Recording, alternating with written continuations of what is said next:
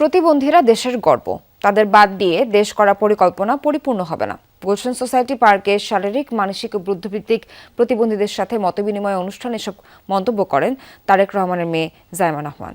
দেশকে এগিয়ে নেওয়ার পরিকল্পনায় প্রতিবন্ধীদের প্রতিনিধি সম্পৃক্ত করার পক্ষে মত দেন তিনি। বিজলি কেবলস এর স্কিন কোটেড ইনসুলেশন আগুন প্রতিরোধী। বিজলি কেবলস, নিরাপদ আজীবন।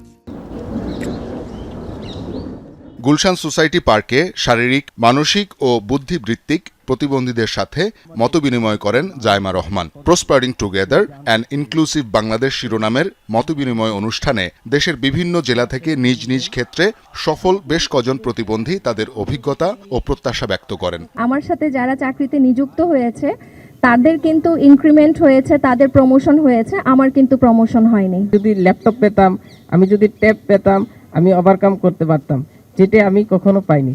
গভর্নমেন্টের প্রতিটা সেক্টরে যেন ইশারা ভাষার দোভাষীর ব্যবস্থা থাকে। একই বিদ্যালয়ে সবার সাথে পাঠদান, প্রতিবন্ধী বান্ধব অবকাঠামো, সবার জন্য সাইন ল্যাঙ্গুয়েজ প্রশিক্ষণ ও চাকুরি এবং সংসদে প্রতিবন্ধীদের প্রতিনিধি রাখা সহ বিভিন্ন দাবি উঠে আসে মতবিনিময়ে।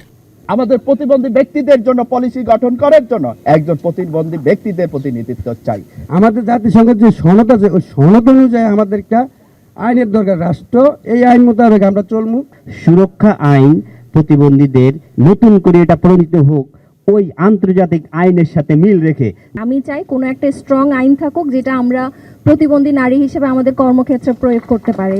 শুধু প্রতিবন্ধী নয়, সবার জন্য ইউনিভার্সাল ডিজাইন বাস্তবায়নে মত দেন জায়মা রহমান। বলেন, দেশ গড়ে তোলার পরিকল্পনায় প্রতিবন্ধীদের প্রতিনিধি রাখার পক্ষে তিনি। আপনাদেরকে যদি নেওয়া হয় সবকিছু মানে দেশ গড়ে তোলার প্ল্যানে, আপনারাই তো বুঝবেন আপনাদের মতো মানুষদের, প্রতিবন্ধীদের, আপনার ভাই বোন প্রতিবন্ধীদের কিভাবে ইউনিভার্সাল ডিজাইনটা করতে। আপনি যে বললেন শুধু প্রতিবন্ধীদের জন্য সহজ সুবিধা করে না, সবার জন্য, হুইল চেয়ার অ্যাক্সেসের জন্য, প্র্যামের জন্য, সাধারণ প্র্যামের জন্য, যদি কোনো আরো বয়স্ক কেউ থাকে, অনেক কিছু দিক দিয়ে।